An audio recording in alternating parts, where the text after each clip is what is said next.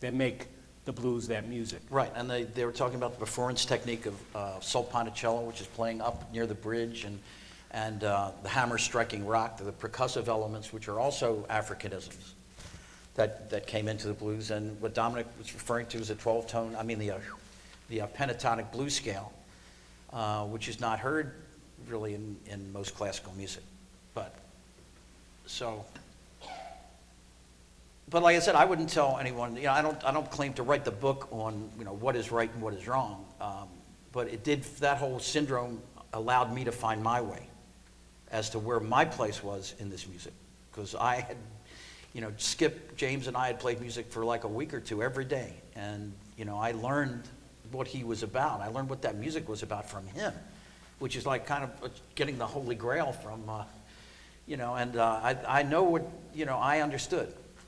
I understood what it's about, and so thankfully I was able to find a different, another path that I think is legitimate and plays a different role, and also has allowed me to appreciate that music even more. The really authentic blues, I appreciate it so much more, having, that have had that feelings for so long about that. Yes? And then writing something like this is such a wonderful way for you to give back to that music to which you're so indebted, but at the same time maintaining your own identity. Thank you for saying that. And it's wonderful the way you bridge that and also given back to the community. But now here's this wonderful piece that people will be able to, that's for the ages.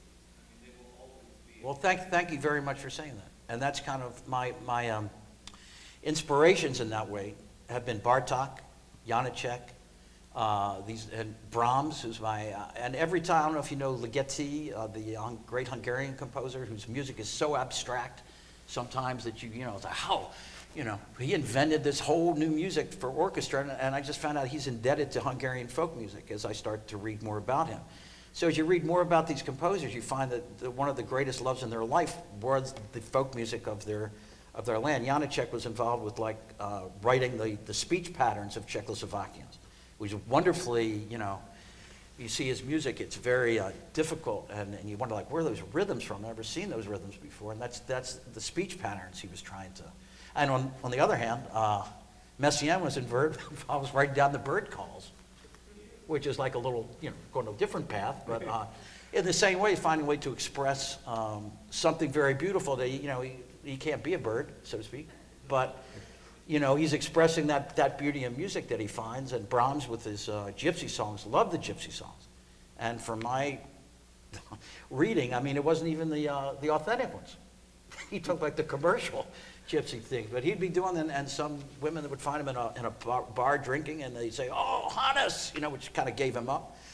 And he wouldn't be ashamed at all. He'd get up and go right to the piano and start playing these gypsy melodies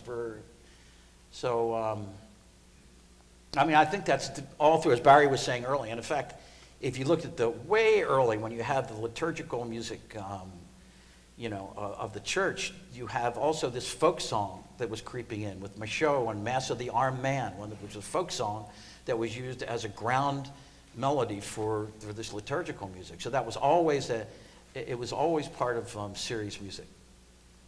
The folk song. Brahms thought that the folk song was the most perfect music. But yet he didn't, go off and run away with the gypsies, although he probably wanted to. Part of it.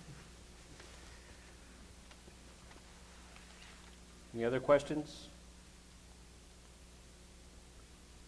I do appreciate your comments, so thank you. It was very nice. Thank you. We want to thank you all for coming, and we want to certainly thank the New Millennium Orchestra String Quartet for their great performance and reading of Larry Hoffman's String Quartet number 1, The Blues, Larry Hoffman. Thank you all for coming. Thank you.